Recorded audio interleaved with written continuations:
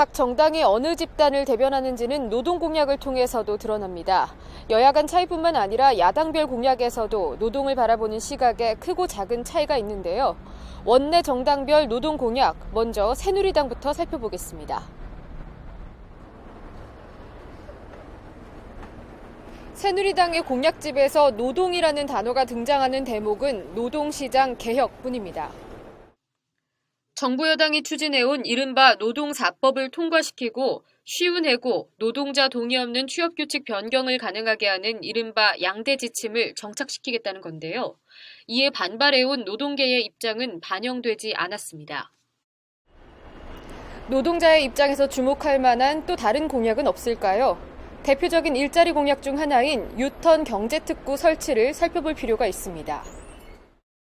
유턴 경제특구는 해외에서 국내로 유턴하는 기업을 위한 경제특구를 설치하고 돌아온 기업의 세제 지원, 입지 임대 지원 등을 통해서 매년 약 50만 개의 일자리를 창출한다는 계획입니다. 경제정의실천 시민연합이 해외 법인에서 일하는 노동자가 191만 명가량인데 그중 10%가 유턴을 해도 19만 명에 불과하다면서 현실성이 떨어진다고 지적했는데요. 여기서 주목할 내용이 유턴 경제구역을 한시적인 최저 규제 지역으로 운영하면서 기간제 근로자 사용기한 연장 및 파견 근로를 허용하겠다는 부분입니다. 이 공약이 실현된다면 해당 지역에서 일하는 노동자의 고용 안정성이 낮아질 우려가 있습니다. 더불어민주당은 이른바 좋은 일자리를 강조하고 있습니다. 전반적인 정책 기조를 보여주는 공약이 불평등 해소 목표 777 플랜인데요. 국민 총소득, GNI 대비 가계소득 비중과 노동소득 분배율을 2020년까지 70%로 늘리고 중산층 비중을 외환위기 이전 수준인 70%대로 복원하겠다는 겁니다. 더민주 공약에서 노동과 관련된 내용은 일자리 공약에서부터 찾아볼 수 있습니다. 법정 노동시간을 준수하고 실질적인 노동시간을 줄이겠다는 건데요. 현행 노동환경 개선을 통해 청년 일자리를 늘리겠다는 계획을 밝히고 있습니다.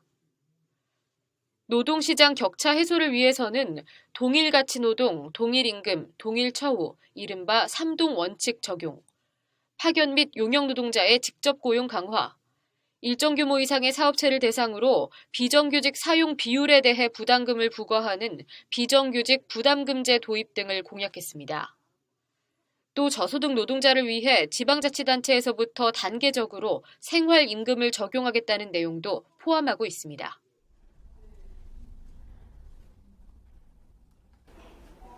국민의당도 좋은 일자리, 임금 격차 해소를 강조하고 있는데요. 실천 방안에는 조금 차이가 있습니다. 국민의당은 보호받지 못하는 90%의 노동자, 즉 노동조합에 가입돼 있지 않은 노동자들을 위해서 노동회의소를 설립한다고 공약했습니다. 상공회의소에 대칭되는 노동회의소를 설치해서 노동자의 권익을 대변하고 법률 서비스 등을 제공한다는 내용인데요. 기존 노동조합의 단결권이나 교섭권을 강화하기보다는 새로운 제3의 기구를 만들겠다는 겁니다. 비정규직 문제에 대해서는 300인 이상 사업장을 대상으로 비정규직 노동자의 사회보험료 전액을 기업이 부담하도록 하는 내용이 대표적이고요. 계약직 근로자 남용과 불법 파견 및 사내하청을 방지하는 공약도 포함됐습니다. 임금 문제의 경우 성별에 따른 임금 차별 금지, 임금 정보 공개 요구권을 보장하고 정부 발주공사의 경우 적정임금을 도입하도록 하는 공정임금 도입을 공약했습니다. 마지막으로 정의당은 원내정당 중에서 가장 노동권에 집중한 공약들을 내놨습니다. 우선 쉬운 해고를 가능하도록 한 행정 지침을 폐기하는 한편 정리해고 요건을 강화하겠다고 공약했습니다. 이른바 노동 4법을 통해서 노동시장을 개혁하겠다는 정부 여당의 방침과는 정면으로 배치되는데요. 원내정당 중에서는 유일하게 정부 지침에 대한 반대를 공약에 명시했습니다. 임금과 관련해서는 최저임금 1만 원 달성, 성별에 따른 임금 격차 해소 등과 더불어서 공기업 및 대기업 임원에 대한 임금 상한제를 도입하겠다고 밝혔습니다. 이른바 5시 칼퇴근법, 연간 30일 이상의 유급휴가 보장 등 법정 노동시간 보장에 관해서도 강도 높은 공약을 내놨고요.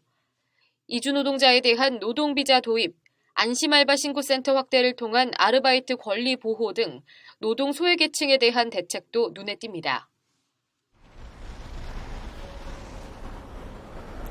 오늘 투표의 힘에선 20대 총선에서 각 정당들이 제시한 경제 공약들을 살펴봤습니다.